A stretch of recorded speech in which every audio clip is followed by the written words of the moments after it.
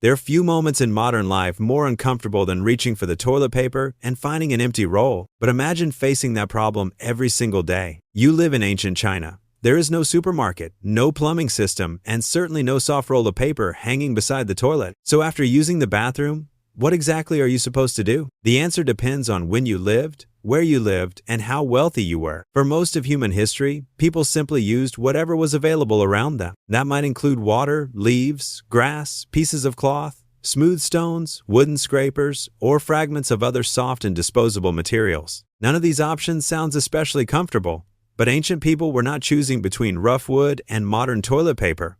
They were choosing between the materials they could actually obtain. In early China, one of the best documented solutions was a tool now commonly described as a toilet stick or hygiene stick. These were thin pieces of wood or bamboo. Some were wrapped with cloth at one end and used to clean the body after defecation. This is not just something mentioned in a strange old story. Archaeologists discovered several of these hygiene sticks in a latrine at Xuanquanzhi, an ancient relay station on the Silk Road in northwestern China. The site was used during the Han-dynasty, roughly 2,000 years ago. When researchers examined the cloth on the sticks, they found traces of human feces and the eggs of several intestinal parasites. That discovery confirmed what the objects had been used for. It also revealed something less pleasant.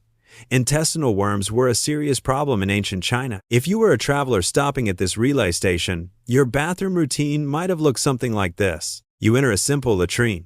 After finishing, you take a narrow wooden or bamboo stick, possibly covered with cloth, and use it to clean yourself. Depending on the circumstances, the cloth or tool might be washed, reused, or discarded. It was not soft, and it was not designed for comfort. But compared with a sharp branch or a rough stone, it was a practical piece of technology. Then, paper began to change the situation. Kai Lun is often described as the inventor of paper, but paper already existed in China before his lifetime. Traditionally, he is credited with improving and reporting a more efficient papermaking process during the Eastern Han Dynasty. Even after paper became more widely available, however, it remained a valuable material. It was needed for documents, books, government records, religious texts, and letters. Using a clean sheet simply to wipe yourself would have seemed wasteful to many people. By the late 6th century, however, we have clear written evidence that some Chinese people were using paper for toilet purposes. The scholar Yanji Tui wrote that he would never use paper containing quotations from the Confucian classics or the names of respected sages in the toilet. That statement is revealing. He did not say that using paper in the toilet was impossible. He said that certain written paper was too sacred or respectful to use that way. In other words, toilet paper, or at least paper used for cleaning, was already familiar enough to require rules about which paper was acceptable. Still, that does not mean every family in China suddenly had toilet paper. Paper quality, price, and availability varied greatly.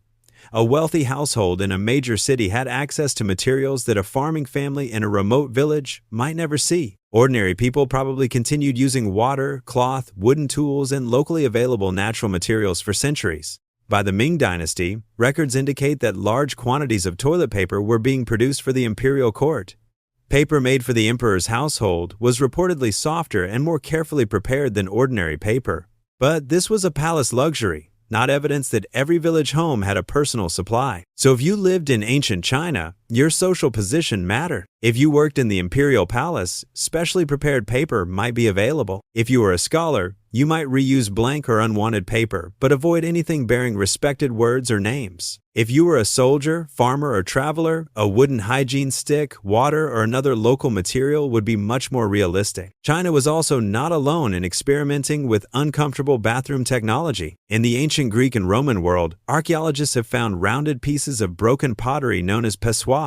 Their edges were deliberately smoothed, and some appear to have been used for personal cleaning. Roman sources also mention a sponge attached to a stick. It is often presented as a shared wiping tool in public toilets, although historians still debate exactly how it was used and whether people really shared the same sponge. So the famous communal Roman toilet sponge may not be quite as certain as the internet makes it sound. What is certain is that ancient bathroom hygiene was limited by available materials and by a lack of knowledge about germs. Ancient people understood that dirt and waste could be unpleasant or dangerous, but they did not understand viruses, bacteria, or parasite transmission in the modern scientific sense. The parasite eggs found on the Chinese hygiene sticks remind us that these methods were practical, but not necessarily sanitary. They solved the immediate problem, they did not always prevent disease. The history of toilet paper is therefore not simply a story about comfort. It is also a story about manufacturing, literacy, social class, and public health. Paper had to become cheap enough that people could throw it away. Production had to become large enough to supply ordinary households. And sanitation systems had to develop so that waste could be removed safely. Today, you can buy a large package of soft toilet paper without thinking about any of this. But if you had lived in ancient China, something as ordinary as going to the bathroom would have depended on your dynasty, your location, and the materials within reach. A piece of bamboo might have been normal, a sheet of clean paper might have been a luxury, and a modern roll of toilet paper would have looked like an unbelievable waste of valuable material. So the next time you discover an empty roll, remember, the situation could be worse. At least no one is handing you a wooden stick. If you enjoyed this look at everyday life in ancient China, subscribe for the next episode of If You Lived in Ancient China.